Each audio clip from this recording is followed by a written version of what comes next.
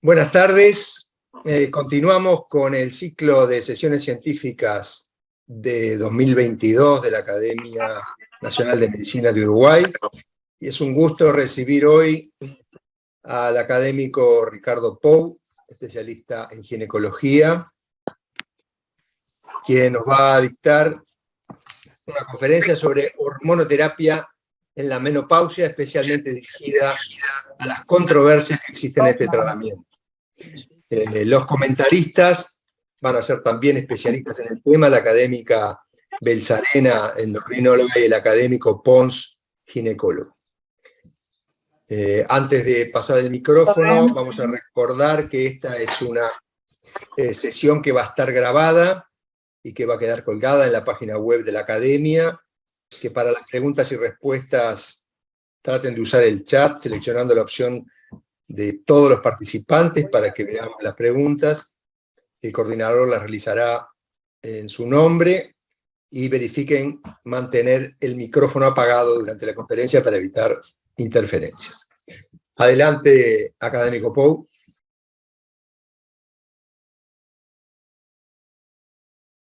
Bueno, muchas gracias, José Pedro. Muy bien, decía que cuando elegí este tema para hablar el día de hoy con ustedes, no me di cuenta que hacía 30 años había escrito el primer libro de divulgación, que es este que están viendo ustedes acá, que se llama, que fue traducido al portugués, se llama Menopausia Hoy, y que no tiene otro valor que el de tener un magnífico prólogo escrito por mi amigo, el académico Pons. En estos 30 años pasaron muchas cosas con referencia a la hormonoterapia y por eso quería traer el tema de nuevo aquí. Como ustedes saben, la menopausia natural, cuando transcurren más de un año de amenorrea, habitualmente ocurre a los 50 años, se llama precoz cuando es anterior a los 40, y es debida fundamentalmente a la apoptosis que sufren los ovocitos y las ovogonias desde la vida intrauterina. Hay 3 millones al quinto mes de embarazo, hay 1 millón al nacimiento, 300.000 en la pubertad y se agotan alrededor de los 50 años. Es bastante exacta porque está regulada fundamentalmente por ese gen que ustedes ven en el brazo largo del cromosoma X. Y después está la menopausia artificial, que a veces también es precoz, que puede ser quirúrgica, química o por radioterapia. Ven allí la línea roja horizontal, esa es la edad de la menopausia, y ven 2 líneas azules, azul y roja, que son expectativas de vida, y ven cómo en el curso de los años estas han aumentado en forma notable. En el mundo hoy hay más de 850 millones de mujeres que tienen entre 40 y 60 años. O sea que es un problema que implica la prevalencia creciente de enfermedades inflamatorio-degenerativas. Es un problema mayor para quienes nos encargamos del cuidado de la salud femenina. Una vez que los ciclos se vuelven anovulatorios, el hecho más importante es el descenso de los estrógenos. Descenso de los estrógenos y también descienden los andrógenos, lo veremos, mientras aumentan las gonadotrofinas, FSH y LH. Los estrógenos naturales son ciclos pentano-peridofenantreno de 18 carbonos que actúan por mecanismos genómicos a través de dos tipos de receptores distribuidos en todo el organismo, pero en diferentes lugares de distintos receptores, y también por mecanismos no genómicos por receptores de membrana. Fueron sintetizados e identificados por Allen y Doisy entre 1923 y 36. En el año 42, en los Estados Unidos, se aisló a partir de la orina de yeguas embarazadas o preñadas estrógenos que fueron utilizados clínicamente, aceptados por la FDA a partir de 1946 en forma de comprimidos o de crema vaginal. También están los fitoestrógenos, que, como el nombre lo dice, están contenidos en plantas, fundamentalmente las isoflavonas en la soja, los liñanos y los pumestanos. Estos son muy significativos en las regiones orientales, donde el consumo de estas sustancias es muy alto. Es muy difícil lograr un cambio en los hábitos alimentarios como para basar en los fitoestrógenos algún tratamiento. Y después están los estrógenos sintéticos, el etinilestradiol, que se ha usado hasta ahora en los anticonceptivos orales, el dietilestilbestrol, sacado del mercado por diversos efectos colaterales, y algunas sustancias ambientales que forman parte de los llamados disruptores del sistema endocrino. Por último, se sintetizaron estrógenos de depósito que permiten, como el nombre lo dice, ser liberados lentamente a partir del tejido adiposo, el benzoato de estradiol fundamentalmente. Las vías de administración son variables.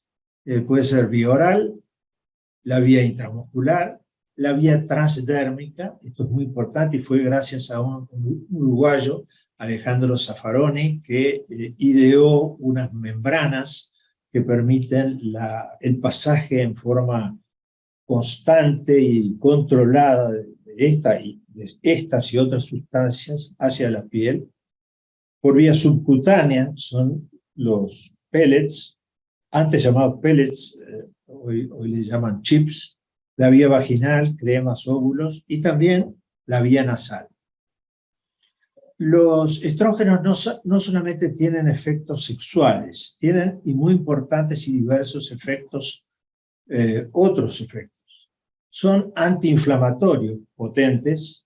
Hay algunos trabajos recientes que muestran que las mujeres premenopáusicas tuvieron mejor evolución durante la pandemia de COVID-19 que las posmenopáusicas y que los hombres. Son antioxidantes, son vasodilatadores, actuando sobre el endometrio, promoviendo la producción, la síntesis del óxido nítrico, son normalizadores del perfil lipídico, en el sentido que lo vuelven favorable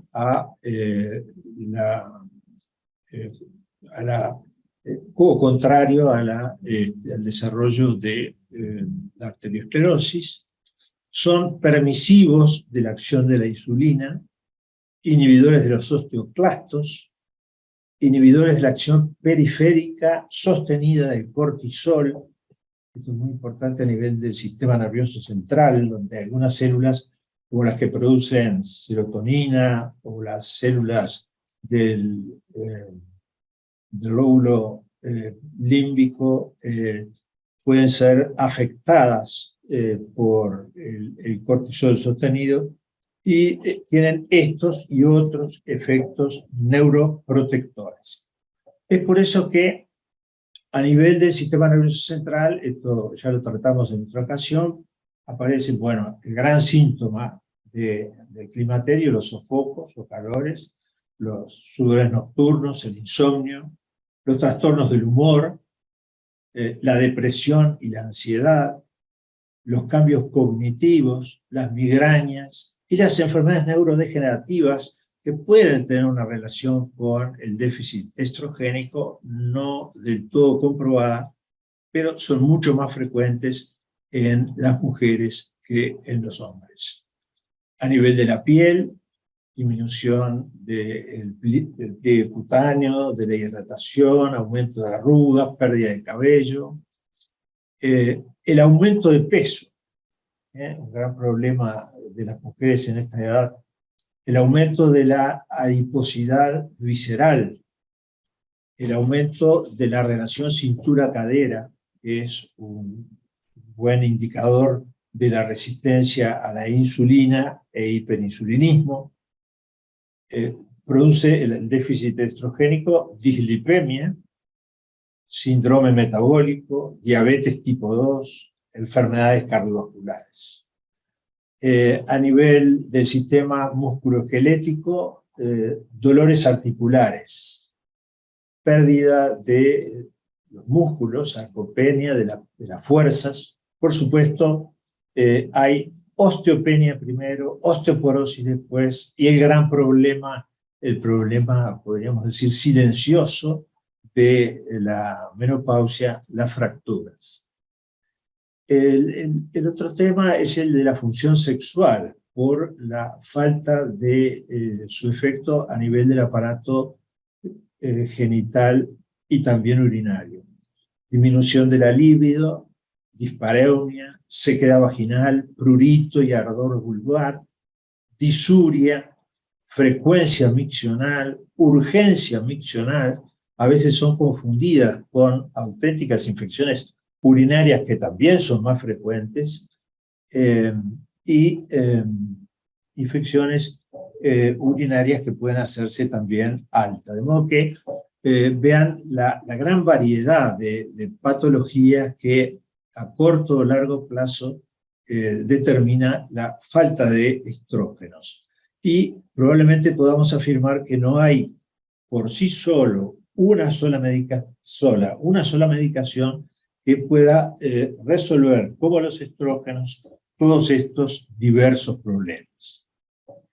En el año 66, a raíz de todo lo que se sabía que acabo de mencionar, aparece en Estados Unidos este libro que ocasiona verdaderamente una fiebre por los estrógenos, Feminine Forever, del doctor Wilson, que dice hay un nuevo descubrimiento para las mujeres. Esto produjo realmente un aumento en la prescripción y en la solicitud por parte de las mujeres a sus médicos de la administración de estrógenos. Esto condujo la utilización de estrógenos solos a que poco a poco se viera que había un incremento en la frecuencia de los cánceres de endometrio. Por lo cual, a principios de los 80, Don Gamble propuso la adición, ya fuera en forma secuencial o en forma continua, de acetato de medroxiprogesterona al estrógeno, lo cual en realidad resolvió el problema que acabamos de mencionar y siguieron usándose. Pero acá sobreviene el gran tema, uno de los grandes temas que quiero tratar hoy, y es este estudio que fue denominado Women Health Initiative, y que es un estudio prospectivo, doble ciego, aleatorio, placebo control, que la NIH propuso un poco como compensación frente a la escasez, a la frecuencia de estudios sobre la salud masculina y que faltaban, o habían pocos, sobre salud femenina. El proyecto se inició en el 92, el reclutamiento tuvo lugar entre el 93 y el 98, y se inició formalmente en el año 96. Consta de 3 intervenciones, o de 3 aspectos, 4 aspectos. El primero, la administración de terapia hormonal. ya sea el Premarin más acetato de medroxiprogesterona en las mujeres con útero, o Premarin solo en las mujeres sin útero. Muchas de ellas y otras más recibieron también calcio y vitamina D. Y un tercer grupo en el cual se hizo una dieta muy estricta, rica en vegetales, pobre en lípidos, etc. Y vean que la utilización de las hormonas tuvo como primer propósito comprobar el impacto sobre la enfermedad coronaria cardíaca, secundariamente sobre las fracturas de cadera y como criterio de seguridad el cáncer de mama. El calcio y vitamina D era fundamentalmente para las fracturas de cadera y secundariamente para el cáncer colorectal, y las modificaciones de la dieta era primariamente para el cáncer de mama y el cáncer colorectal, y secundariamente para la enfermedad cardiovascular. Vean que queda un cuarto grupo que es de estudio. El total fue enorme. 161.000 mujeres en 40 centros de los Estados Unidos. Pero este estudio adoleció de defectos. Vean las edades de las mujeres que fueron reclutadas, entre los 50 y los 79 años. Se les dio a todas ellas el mismo estrógeno, la misma dosis, el mismo gestágeno a la misma dosis, y se incluyeron, salvo el cáncer de mama, se hizo mamografía previa en todas ellas, mujeres que tenían todo tipo de patologías, como es lógico, dado el grupo etario de que estamos hablando. Y surge entonces la bomba, como la llamo yo, que fue este artículo que se llama el fracaso de los estrógenos y los gestágenos en la terapia para la prevención. Y se realizó una interrupción de la rama que recibían, de las mujeres que recibían estrógenos y gestágenos, porque había durado en total 5 años y 2 meses la prueba sobre 16.000 mujeres, y la razón de esto fue que habían comprobado un aumento en la frecuencia del cáncer de mama. También comprobaron aumento en la frecuencia de enfermedad cardiovascular, de stroke, de embolismo pulmonar, sin embargo, una reducción del cáncer colorectal y, como hasta cierto punto era de esperar, una disminución de las fracturas de cadera. Curiosamente, como se ve a la derecha, no hubo grandes variaciones en cuanto a la mortalidad. Esto dio lugar a, bueno, realmente una situación muy crítica, porque se hicieron declaraciones, la prensa tomó esto como que las hormonas producen cáncer, las mujeres empezaron a pedirle a los médicos de no prescribírselos, los médicos temían hacerlo por las probables consecuencias. Pero si miramos bien, fue en una población de mujeres de edades más bien mayores y con patologías previas, utilizando, vuelvo a repetir, las mismas hormonas para todas ellas. Ocurre en 2004, un segundo hecho, que es la interrupción de la rama de aquellas mujeres que reciben estrógenos solos, o sea, de las histerectomizadas. Se trató de 10.700 mujeres y la duración de la prueba fue de 6.8 años. Las líneas celestes son las tratadas con estrógenos solos.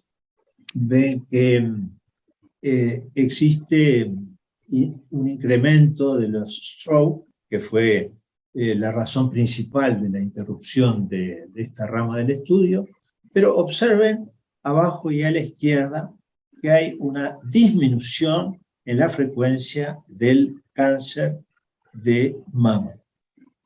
Esto, de todos modos, dejó al estudio un poco amputado, pero siguió.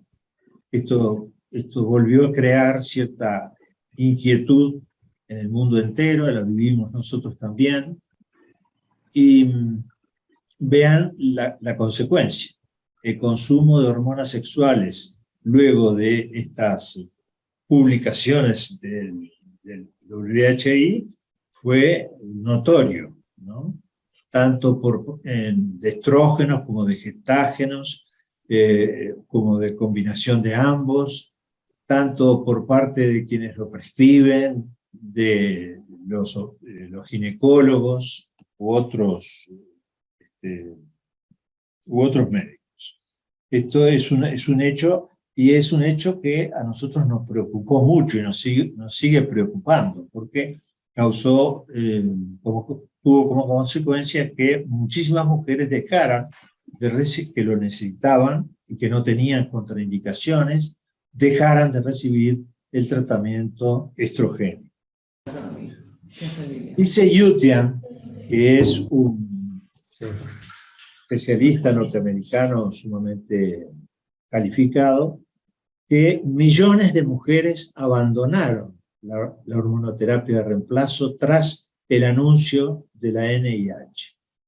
Hubo un notorio perjuicio para mujeres jóvenes, peri- y posmenopáusicas, que dejaron la terapia hormonal y que dice, 10 años después, este trabajo es de 2012, están ahora a muchos años de la menopausia.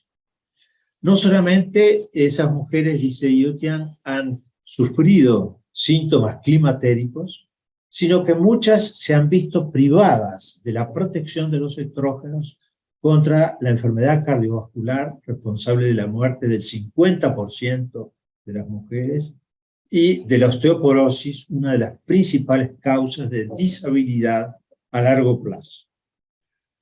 Se estima, dice Yutian, que la interrupción de la hormonoterapia es responsable de más de 43.000 fracturas de cuello de fémur por año en los Estados Unidos, así como de un incremento de la enfermedad cardiovascular. La hormonoterapia ha demostrado, dice Yutian, de reducir la calcificación y la rotura de las placas de ateroma coronarias, efecto que no ha sido demostrado ni siquiera con las estatinas. Esto nos muestra cómo a veces dar algo crea una medicación, crea riesgos, pero también beneficios, y que a veces interrumpirla por no recibirla crea riesgos mucho mayores a corto y a largo plazo. Entre el 2004 y el 2007, los responsables del WHI hicieron nuevos estudios y que indican que quizá los riesgos de ciertos factores estaban sobreestimados. También que los beneficios de iniciar la hormonoterapia en el grupo de 50 a 59 años, a menos de 10 años de la menopausia, implique un menor riesgo de enfermedad cardiovascular de muerte por cualquier causa sin claro aumento del riesgo de stroke. Ustedes vean que en el estudio inicial se le estaban dando estrógenos a mujeres de 70 a casi hasta los 80 años. En el 12 aparece una publicación de un grupo danés que demuestra que el inicio de la hormonoterapia inmediatamente después de la menopausia reduce el riesgo de enfermedad cardiovascular y de mortalidad. En el mismo año hay un estudio que se llama Million Women Study, que dice que concluye que no hay aumento de la trombosis venosa con el uso de los estrógenos por vía transdermal.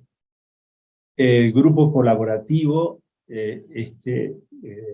estudia 108.000 pacientes posmenopáusicas, 57% de las cuales habían sido usuarias previas de hormonoterapia. Demuestra que el riesgo de cáncer depende del tiempo de uso. Generalmente hoy día se admite que más de 5 años no deberían emplearse las hormonas en ningún caso. Y que las formas combinadas continuas, o sea, que tienen siempre estrógenos y gestágenos, ofrecen mayor riesgo que las secuenciales. La obesidad, dice este estudio, aumenta algo el riesgo. Y hace poco, en el año 2020, el propio grupo del UJI, o del WHI, estudia 27.000 mujeres que habían sido controladas desde el inicio hasta el 2017. Y concluye que las que emplean estrógenos solos, como ya lo había mostrado al principio, estrógenos solos tienen menor riesgo de cáncer de mama y de mortalidad. En tanto que las usuarias de formas combinadas tienen mayor probabilidad de ambas.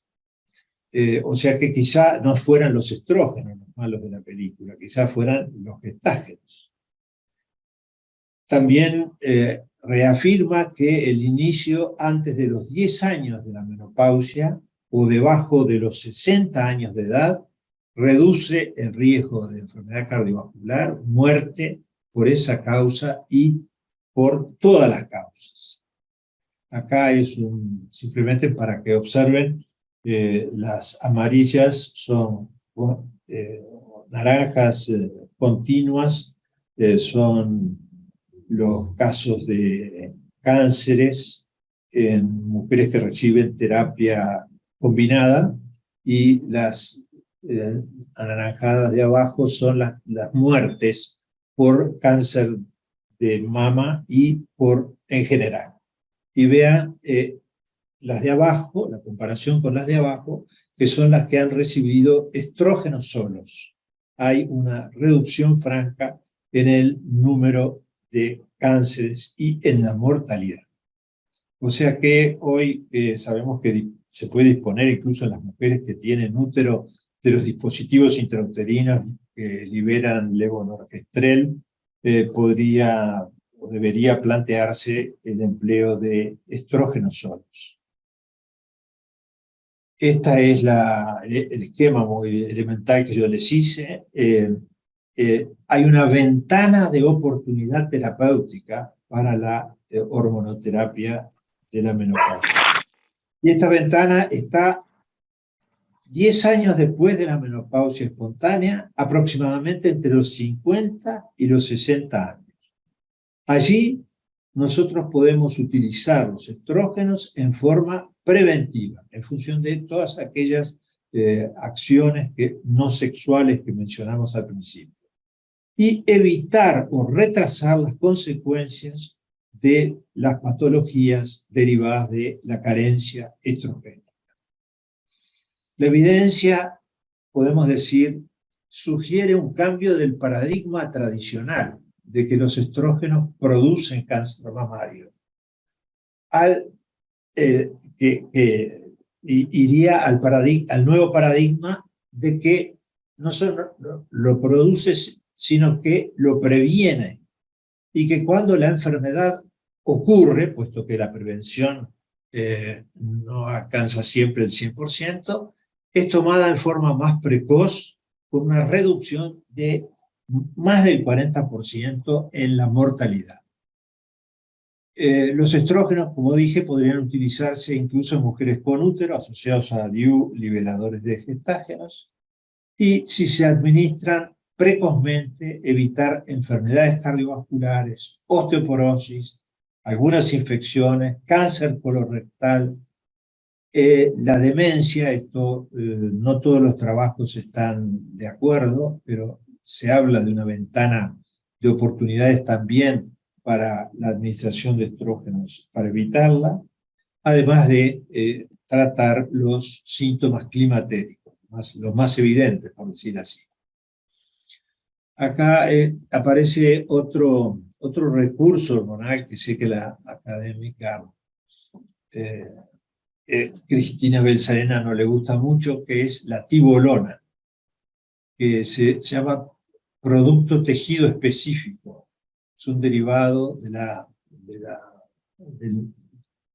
noretisterona, y que no actúa directamente sino una vez metabolizado, que tiene la peculiaridad de actuar sobre todo sobre los receptores B, que están localizados a nivel de la región del cerebro, con lo que se trata magníficamente los sofocos con la tibolona. Están ubicados a nivel de la región urogenital, mejora muchísimo el síndrome urogenital, mejora la calidad de la mucosa, la elasticidad, la humedad, etc. Por otra parte, actúan sobre receptores androgénicos, que como veremos después, mejora a veces la libido, y sobre receptores progestacionales, con lo que no provocan sangrados al determinar una atrofia, una hipotrofia del endometrio. Hay varios estudios europeos, todos ellos, porque esta droga nunca entró en los Estados Unidos, que demuestran que no hay con ella aumento del cáncer de mama. Personalmente yo la empleo mucho, sobre todo en las mujeres mayores, las que pasaron ya esa ventana de oportunidad, y con muy buen resultado. Hay mujeres que no pueden recibir medicación estrogénica para los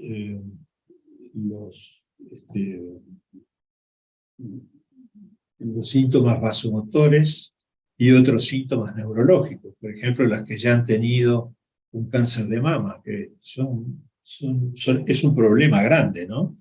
Las que han sido intervenidas por cáncer de mama, y las que además reciben, por ejemplo, los inhibidores de la aromatasa, que provocan una depresión total de los estrógenos y un gran síndrome climatérico. Se puede usar la tibolona, se puede usar un inhibidor de la recaptación de serotonina, la venlafaxina, la oxibutinina, que es un antimuscarínico, la clonidina, que es un alfa-agonista que actúa sobre las sustancias adrenérgicas. En realidad es un antihipertensivo. También un antidepresivo, el bupropión, y la gabapentina. Debo decir que tengo experiencia con algunos de ellos, y salvo la tibolona, que no siempre se puede usar porque no suele emplearse por precaución en las mujeres que han tenido cáncer de mama, los demás tienen una acción limitada. El síndrome urogenital. La vagina y la vejiga no solamente tienen un origen embriológico común, sino que comparten los receptores, de modo que cuando se observa la hipotrofia vaginal, sequedad, como dije, disminución del espesor, aumento del pH, aumento de la frecuencia de infecciones. También esto ocurre a nivel vesical. Por eso se habla de un síndrome urogenital.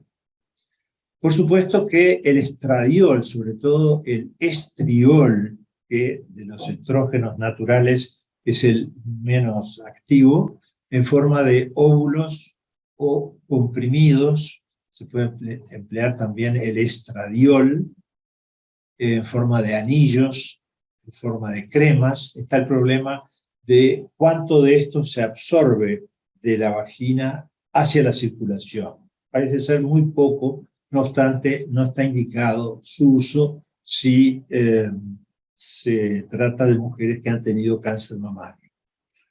Un modulador selectivo de los receptores estrogénicos, el ospemifeno, que se usa por vía oral a razón de 60 miligramos diarios, tiene el inconveniente de incrementar los sofocos. Bueno, los probióticos y prebióticos, en el caso sobre todo de infecciones urinarias repetidas, humectantes, lubricantes, y hoy día está muy en boga el láser vaginal, que es un procedimiento que en general va precedido por un tratamiento local con estrógenos.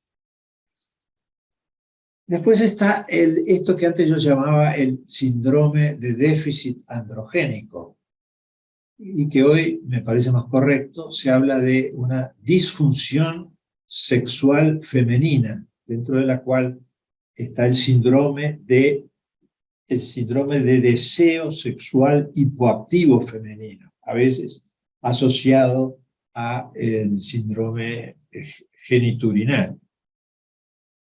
Y aquí entra otro recurso hormonal sobre el cual yo tengo experiencia, y muy buena experiencia. Como en todos los casos, su uso debe ser cauteloso en cuanto a las dosis, en cuanto a los plazos de administración. La testosterona subcutánea, hay pellets eso es muy viejo ya, sobre todo asociado con estrógenos. La intramuscular, así la uso yo, media ampolla intramuscular cada 45 días, repetida 4 veces. En general no provoca mayores efectos de aumento, ni de caída de cabello, ni de aumento de la secreción sebácea, ni aumento de nirsutina, o por vía transdérmica, en forma ya sea de geles o de parches.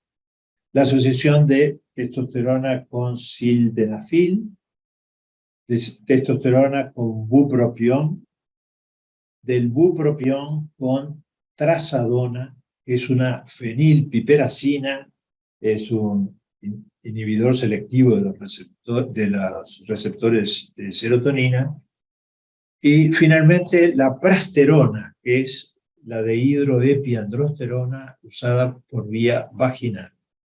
Yo debo insistir en que mi experiencia, y sobre lo cual yo quisiera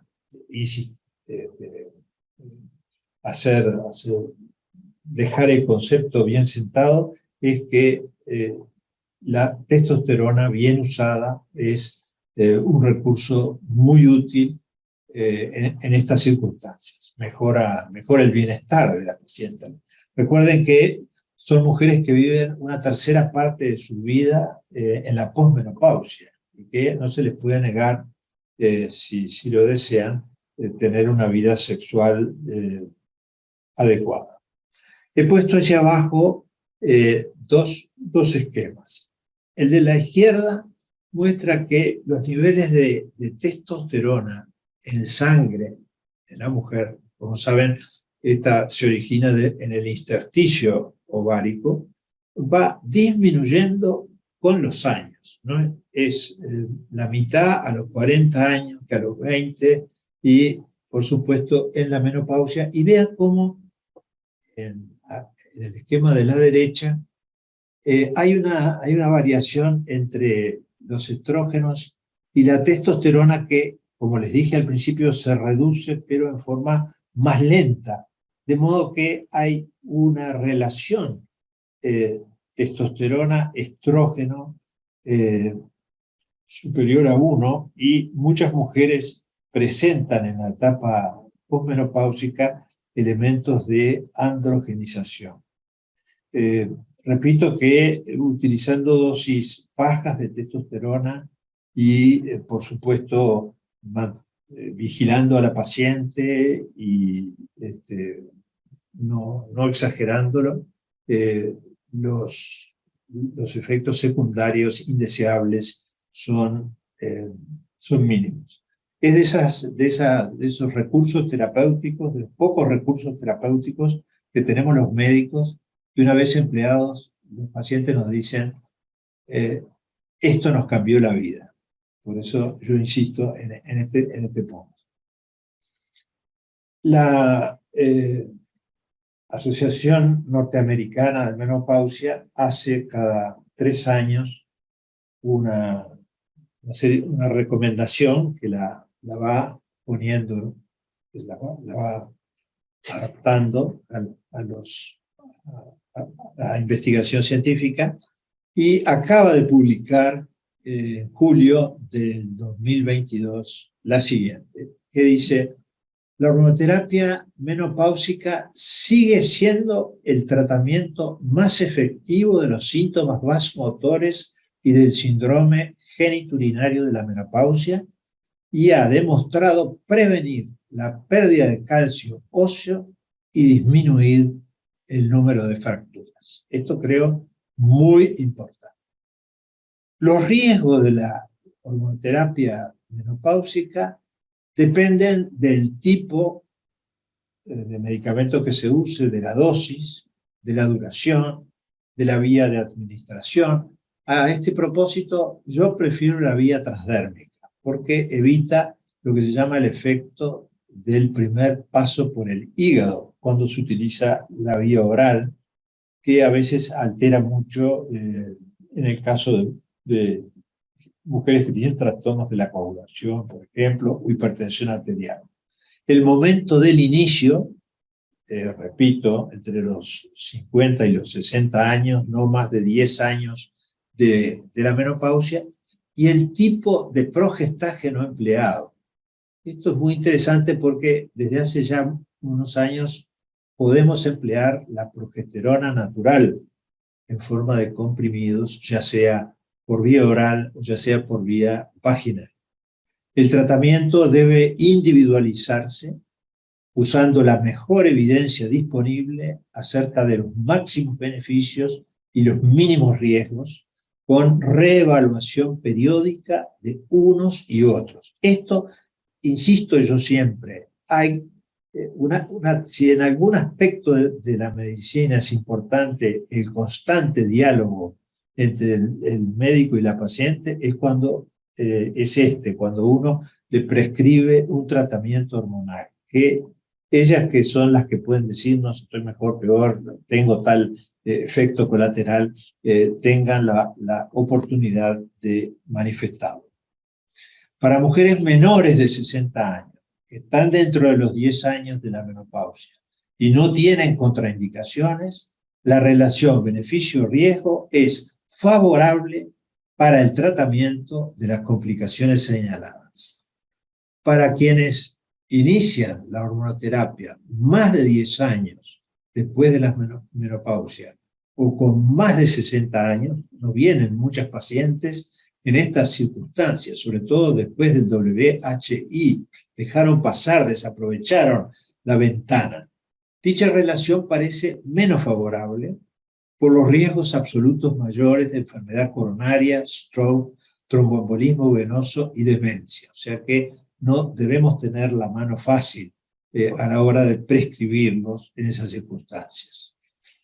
Duraciones superiores a los 5 años de la terapia deberían justificarse solo ante síntomas vasomotores persistentes. Los síntomas vasomotores suelen durar 4 o 5 años, pero hay mujeres muy mayores que continúan teniéndolos y que les afectan mucho la calidad de vida, siendo indispensable en este caso la reevaluación periódica. Para las mujeres que padecen síndrome geniturinario sin indicaciones para el uso de hormonas sistémicas, se recomiendan dosis bajas de estrógenos vaginales u otras terapias que ya mencioné, como la de hidroepiandrosterona vaginal o el ospemifeno oral. Quiero terminar con este esquema que es de Ayutian también y que muestra la evolución en el tiempo que hemos sufrido. Yo personalmente la he sufrido y la sigo sufriendo cuando veo mujeres que vienen con muchas complicaciones de la falta de hormonas y se niegan a recibirlas por razones de principio o porque han oído o se les ha dicho que las hormonas, entre comillas, son peligrosas. El hecho es que antes del 2002 la hormonoterapia la usábamos para los síntomas y como prevención. Luego de la bomba del WHI, sobre todo la del 2002, prácticamente dejó de usarse, como vieron en las gráficas, el tratamiento hormonal. Y en los años posteriores, por suerte, la hormonoterapia empezó a emplearse a partir del 2006, más o menos, en el tratamiento de los síntomas.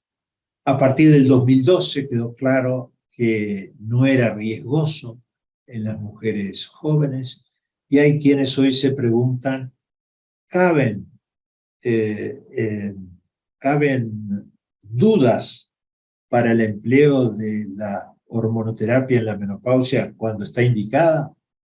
Por cierto, siempre, como cualquier medicamento, debe tener su indicación. Deben observarse sus contraindicaciones. Debe utilizarse a la dosis y por la vía adecuada. Debe controlarse el paciente y debe mantenerse con ella, como dije, un constante diálogo. Esto es todo lo que quería decir. Muchas gracias. Muchas gracias, Ricardo, por esta conferencia que actualiza en forma tan exacta el conocimiento del tema. Le doy la palabra a los comentadores.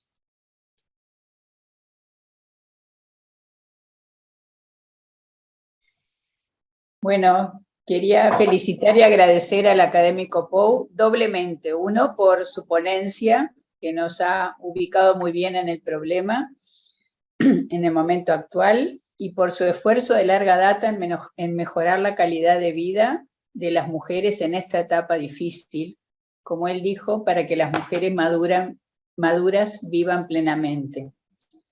El hecho es que las mujeres toleramos muy mal los periodos de cambios hormonales, la adolescencia, el puerperio y la transición climatérica.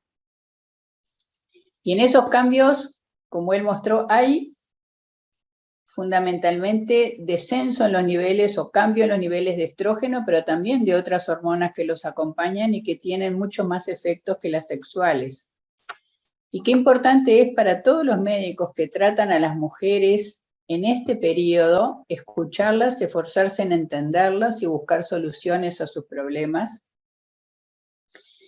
Y, como siempre, recurriendo a trabajos científicos. Pero ahí vino el famoso trabajo HUI, de que nos habló Ricardo, en donde, por un lado, alertó sobre riesgos cardiovasculares y de cáncer de mama en las mujeres mayores, pero además tuvo problemas en el diseño.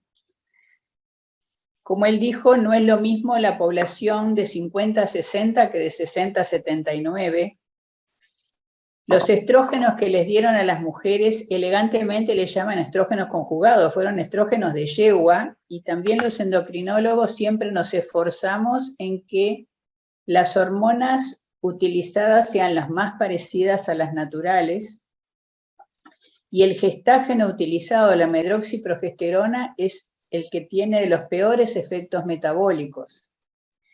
O sea que por todo eso era difícil juzgarlo, pero realmente tuvo unas consecuencias que se pasó de una enorme cantidad de mujeres que recibían el tratamiento hormonal para la menopausia. En Estados Unidos se calculó un 60%, a que ninguna lo pudiera recibir, y hubo muchos médicos que se aferraron a que ninguna lo podía recibir.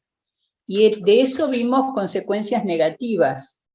Por ejemplo, pacientes jóvenes de 38, 35, 30 años que tuvieron una menopausia precoz.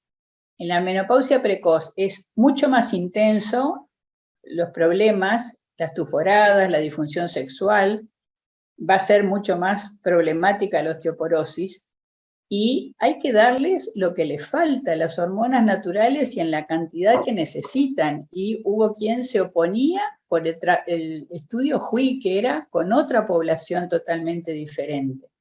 Y eso fue un daño. Otro daño fue que como no se podía por el Hui dar estrógenos y gestágenos, hubo muchos que trataron a las pacientes con hormonas androgénicas o aún testosterona, pero no con los cuidados que dijo Ricardo, sino con dosis mayores y con todos los efectos adversos en el vello, en la seborrea y hasta en cambios de voz. Y hubo otro fenómeno, y es que como las mujeres reclamaban tratamientos por sus síntomas, y se empezaron a buscar tratamientos naturales. Y últimamente parece que todo lo natural es fantástico, pero se olvidan de que también en la naturaleza hay toxinas y hay venenos. Y entonces, también el problema es que esos preparados que se siguen vendiendo hoy, y se ven, si los buscan en internet, le llaman que son hormonas bioidénticas, lo cual lleva a una gran confusión. Y les cuento rápidamente que uno de esos preparados que se ofrecen tiene cerca de 20 componentes, que son alcaloides de pimienta negra, semilla de uva, raíz de valeriana, extracto de granada, polvo de raíz de maca, isoflavona, que es un fitoestrógeno, polvo de cúrcuma, raíz de hierba, ñame marchito, polvo de col rizado, polvo de repollo, polvo de fruta casta, trébol rojo, salvia de buey, frambuesa roja, ortiga, repollitos de Bruselas. Entonces fue toda una reacción por no poder recibir el tratamiento que necesitaban en el momento que necesitaban. Y el gran problema es que estos preparados son de venta libre, no está regulado por ninguna agencia de control de medicamentos como la FDA. Inclusive hay muchos hechos en Estados Unidos y también hay algunas que piensan que porque están hechos en Estados Unidos son buenas. Tienen el otro problema de que no se les pide pruebas de eficacia ni de seguridad antes de usarlas, ni monitorizar su pureza o su composición, ni de reportar efectos adversos, ni alertar sobre las dosis, ni decir a qué edad es adecuado.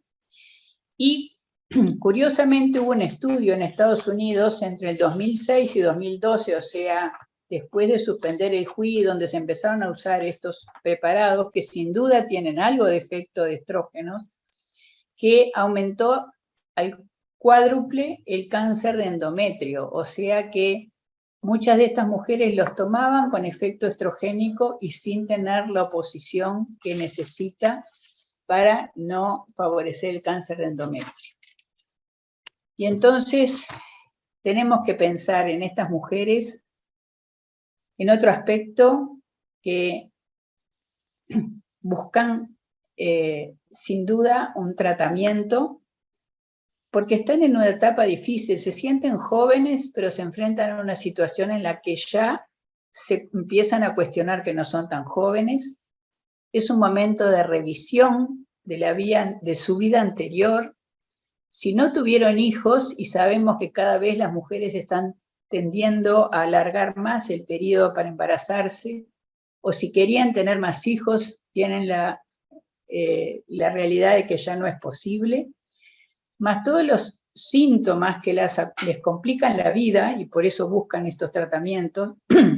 Las tuforadas de calor a veces son muy intensas, de noche les impiden el sueño, eso agregado al insomnio, que da la falta de estrógenos, tienen que ir a trabajar sin dormir bien.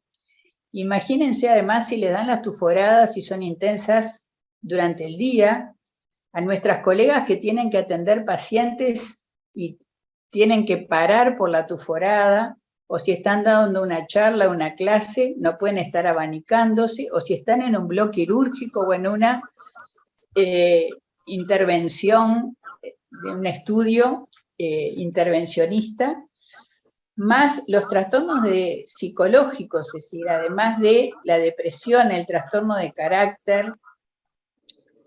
Generalmente esta edad coincide con la adolescencia de los hijos, y entonces ahí los conflictos sacan chispas por los dos lados, más lo que decía Ricardo, y que me parece muy importante darle importancia a lo que es la dispareunia y la disfunción sexual femenina, que tradicionalmente en medicina, lamentablemente, no se le ha dado la misma jerarquía a la disfunción sexual femenina que a la masculina, y es mucho más frecuente.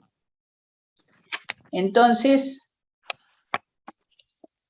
sin duda recurrieron a todo eso para pedir ayuda. Y el JUI hizo que de tantas mujeres en tratamiento pasaran a ninguna que tuvieran que buscar esto.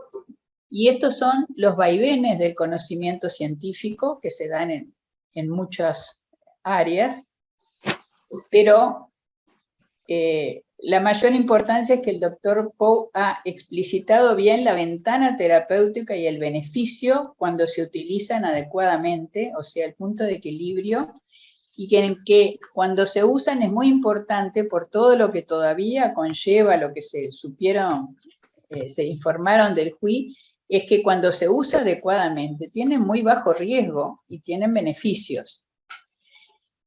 Y por último, creo que es importante a esta edad de las mujeres, a partir de los 50, que todos los médicos que tengan que asistirlas, tengan en cuenta que a partir de este momento es muy importante intensificar una cantidad de medidas como promover el estilo de vida, que ya está muy dicho, la parte de dieta y ejercicio, por lo que él explicaba, cuando no se hace tratamiento hormonal o después de terminarlo, la propensión a aumento de peso, aumenta de la grasa abdominal, que es metabólicamente mala, y entonces se va a favorecer el síndrome metabólico, hipertensión, dislipemia y diabetes tipo 2, y eso hay que controlarlo.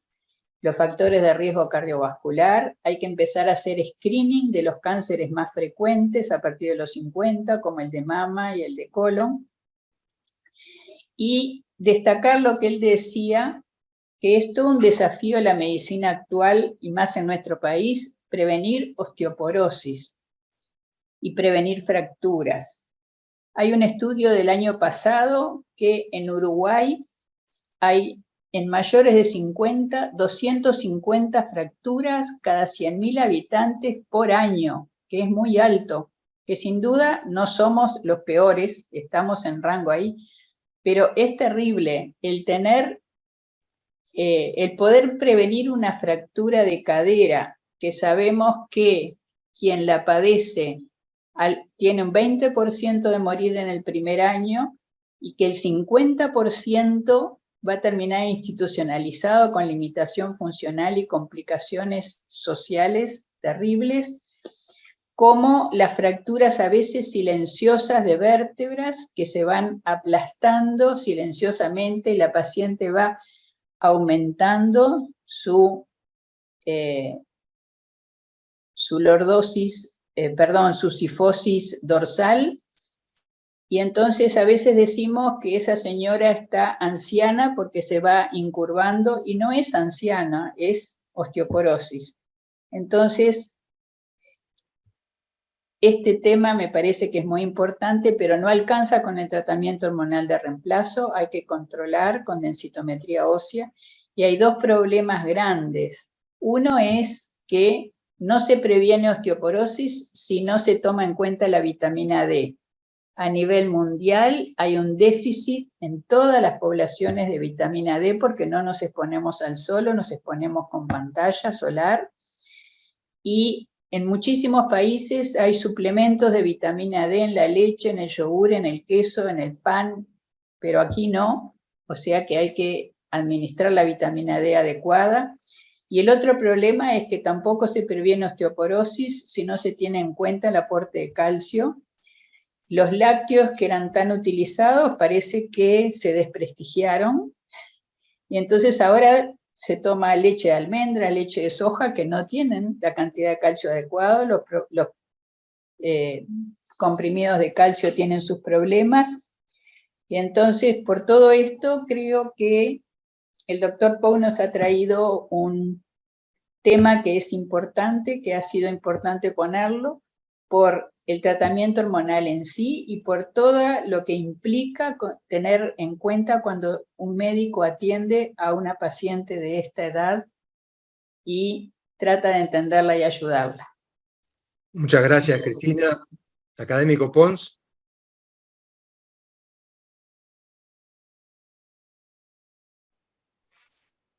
Muchas gracias. Yo tuve el privilegio de ver la presentación del académico Pou, me voy a llamar Ricardo por la amistad de tantos años, y de tener algún intercambio con Cristina para ponernos de acuerdo en qué iba a comentar cada uno, como para saber que pese a que el tema ha sido abordado con la suficiente amplitud como para abarcar gran cantidad de componentes, el centro, el núcleo, son las hormonas. Figura así en el título. Pero además figura otra palabra en el título, controversias, y decidí que mi aporte breve estaría centrado entonces en controversias, tomando la tercera acepción, según el diccionario de la Real Academia, como elegir, aceptar, tomar de suyo, lo cual, cuando se controvierte, permite conocer diferencias de enfoques. La intención de mi comentario va a ser de clarificar precisamente puntos de vista encontrados, pero no de confrontar, y mucho menos en la acepción de dañar o eliminar a la parte rival.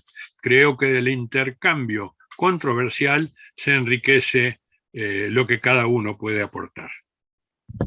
Y hay otro núcleo que ha estado presente, pero que yo quiero enfatizar, que es la mujer. La mujer en salud o en enfermedad. Y para poder clarificar lo que quiero decir y a dónde voy a apuntar, voy a tener que hacer un brevísimo repaso histórico.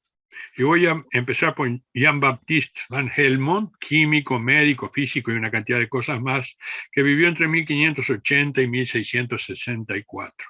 Como en su época se escribía en los ámbitos cultos en latín, dijo una cosa en latín: propter solum uterum mulier est quod est. Yo no sé latín, de manera que fui a traducir esto, a ver qué quería decir. Solo por causa del útero, la mujer es lo que es. Una frase lapidaria. Y el útero podía ser quien tuviera un aporte positivo, la reproducción fundamentalmente, y un aporte negativo que era la histeria. El útero era el causante de la histeria, y así fue hasta prácticamente los comienzos del siglo pasado. Casi 200 años después, ya se sabía que los ovarios no eran simplemente dos pelotitas ovaladas que estaban ahí a los costados del útero, sino que algo hacían, aunque no se sabía lo que era ese algo. A punto de partida de eso, otro médico, ginecólogo, Achille Géraud, vivió entre 1817 y 1885, modificó la frase y dijo: solo por causa de los ovarios la mujer es lo que es. Otra frase lapidaria. Los ovarios tenían acción positiva por algo que producían y que eso también favorecía la reproducción, o podían tener efectos negativos y transformaban a las mujeres en ováricas. Un término que hasta hace relativamente poco se siguió usando para denostar a una mujer. la tercera referencia es la que analizó muy bien Ricardo, y es el libro de Robert Wilson, que vivió entre 1895 y 1981. Sí, él no lo dijo, pero podríamos exagerar diciendo que solo por las hormonas la mujer es lo que es. Otra frase lapidaria y absolutamente desenfocada.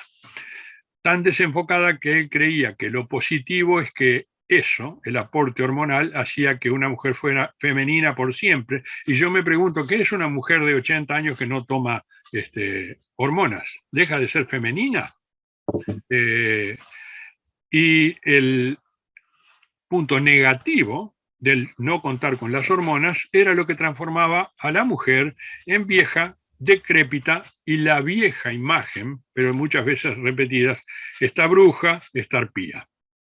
Esto último lo digo yo. Lo común en las tres posturas que resumí es la simplificación, el buscar algo que es la causa del todo. Por tanto, son posturas reductivistas. El todo no es más que la suma de las partes, y hay una que es trascendente, que casi que opaca a todas las otras. Pero esto conduce a posiciones radicales, radicalizadas y radicalizadoras, porque son contagiosas, que son absolutamente negativas. Quiero pasar a la otra vereda, y voy a citar la frase de una ginecóloga especialista en salud pública brasileña, la doctora Elizabeth Meloni Vieira. Dice lo siguiente: la potestad de la medicina de transformar eventos fisiológicos tales como la menstruación o el embarazo y parto en enfermedades, y sigue la frase. Yo quiero centrarme en algunas de las palabras que emplea esta mujer. Su libro fue publicado por primera vez en 2002 y tiene enorme cantidad de reediciones hasta en la actualidad. Yo tuve en mis manos la reimpresión del 2015. En primer lugar, habla de potestad. En otros lugares se habla del poder médico, y yo creo que si en algún momento se ejerció una forma de poder por la medicina, se la entreveró y se la confundió con otro término que no tiene nada que ver con eso, que es la autoridad médica. Por algo los médicos se capacitan y se forman como para poder tener autoridad, para dar aportes que solucionen problemas, que mejoren problemas o que consuelen, palien cuando no se puede hacer otra cosa más. Por supuesto que hay autoridades espurias, pero la autoridad que concede los años de estudio, de capacitación en medicina y en otras disciplinas es absolutamente legítima. Y insisto, no es poder, es autoridad. Otra frase que utiliza esta autora es transformar algunas funciones fisiológicas, y yo puedo incluir ahí también la menopausia, ella no la cita, pero seguramente está en su mente.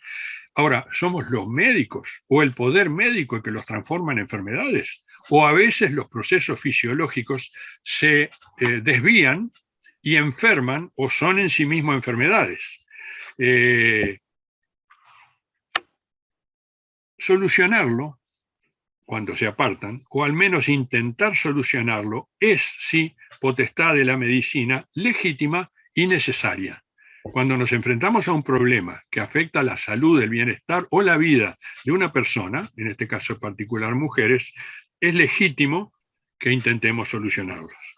La radicalización para un lado o para el otro lleva a que una opinión, que es legítima, cada quien puede opinar lo que le parezca y sostenerlo, a veces se expresa, como esta señora lo hace en su libro, como hemos demostrado.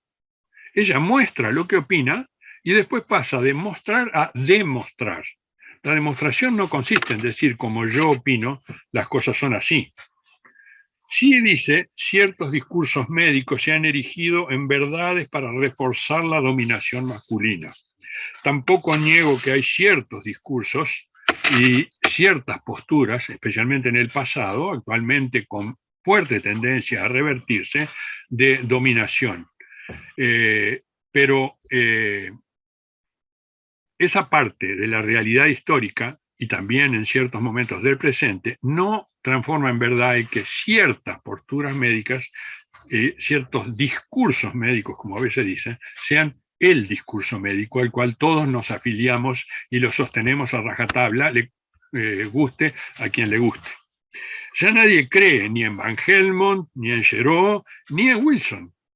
Pero las radicalizaciones y los reductivismos colocan a las mujeres en un personaje tironeado por los que piensan una cosa y por los que piensan otra, como que no tuviera autonomía, como que no tuviera voluntad, como que no tuviera capacidad de pensar, de razonar por sí misma, de orientar su vida como ella lo quiera. Voy a citar a otra persona. Este es un físico. Vivió entre 1882 y 1970, Max Born. A mediados del siglo pasado recibió el Premio Nobel de Física por sus investigaciones en física cuántica, que escribe en algún lugar: ninguna observación o experimento, por extenso que sea, puede aportar más que un número finito de repeticiones. La enunciación de una ley científica siempre trasciende a la experiencia. Sin embargo, este tipo de enunciados se hacen en todos lados y todo el tiempo, y a veces a partir de material escaso. Seguramente el WHI pecó de este mismo defecto. Por eso, a punto de partida de esto, a mí me gustaría llamar a la modestia ante las doctrinas, cerradas en sí mismas e incapaces de admitir que a veces pueden estar equivocadas. Las confrontaciones suelen no escuchar la verdad, ni apuntar a la verdad, sino a lo que yo quiero que sea. Y los argumentos para sustentarlos son muchísimas veces, como antes dije, solamente opiniones personales o grupales, pero sin un sustento real. Esas guerras intelectuales, como todas las guerras, dejan más víctimas entre civiles, en este caso entre las mujeres a las cuales supuestamente se está defendiendo. Karl Popper, otro filósofo, encontró en Born opiniones que le permitieron desarrollar mejor su teoría del falsacionismo, en lo cual obviamente no voy a entrar, y él afirmaba que el éxito de la ciencia no se basa sobre las reglas de la inducción, sino de suerte. Quizás estaba pensando en Fleming descubriendo la penicilina, en ingenio, quizás estaba pensando en Arquímedes descubriendo el principio que lleva su nombre, y en las reglas puramente deductivas de los argumentos críticos. Yo no me afilio a ningún reductivismo. Mi único radicalismo es no afiliarme a ninguna posición reductivista. Y sé que represento en eso a la enorme mayoría de los ginecólogos, pero sobre todo de las ginecólogas. Y lo digo de corazón. Afortunadamente en el Uruguay en este momento son muchos más las ginecólogas que los ginecólogos, lo cual les da la posibilidad de tener una visión de los problemas de las mujeres que a veces a los hombres se nos escapan. Así que me afilio a tratar de ayudar a las mujeres que buscan prevenir o solucionar los problemas que suceden a su menopausia, por muy natural que sea, porque pretenden legítimamente vivir lo mejor posible los 25, 30 o cada vez se extienden más años que seguirán a su última menstruación. La mujer no es su útero, sus ovarios, sus hormonas, pero también es su útero, sus ovarios y sus hormonas, que son importantes en su vida. Pero además es su psiquismo, su sexualidad, su ideología, su vocación, su vida social y personal, sobre todo sus opciones. Si algo me hace sentir mal cuando tengo frente a mí a una mujer es caer en tirarle encima: esto es natural y punto, así es la vida, hay que aceptarlo, no puedo hacer nada. Ser capaz de comprender, ayudar, acompañar, es el único poder médico en el que creo. Y afortunadamente tenemos medicación hormonal, no hormonal y otras formas de terapia o de ayuda para cuando es necesaria. Les agradezco muchísimo a Ricardo y a Cristina, porque intercambiando con ellos me permitió reforzar estas ideas y seguir creyendo que son argumentos que valen la pena. Muchas gracias. Muchas gracias nuevamente al conferencista y los comentadores. Creo que se ha tratado un tema en profundidad, pero con ideas que trascienden a la especialidad y que son aplicables a todos los grandes problemas de la medicina. Muchas gracias a todos y los esperamos en la próxima conferencia.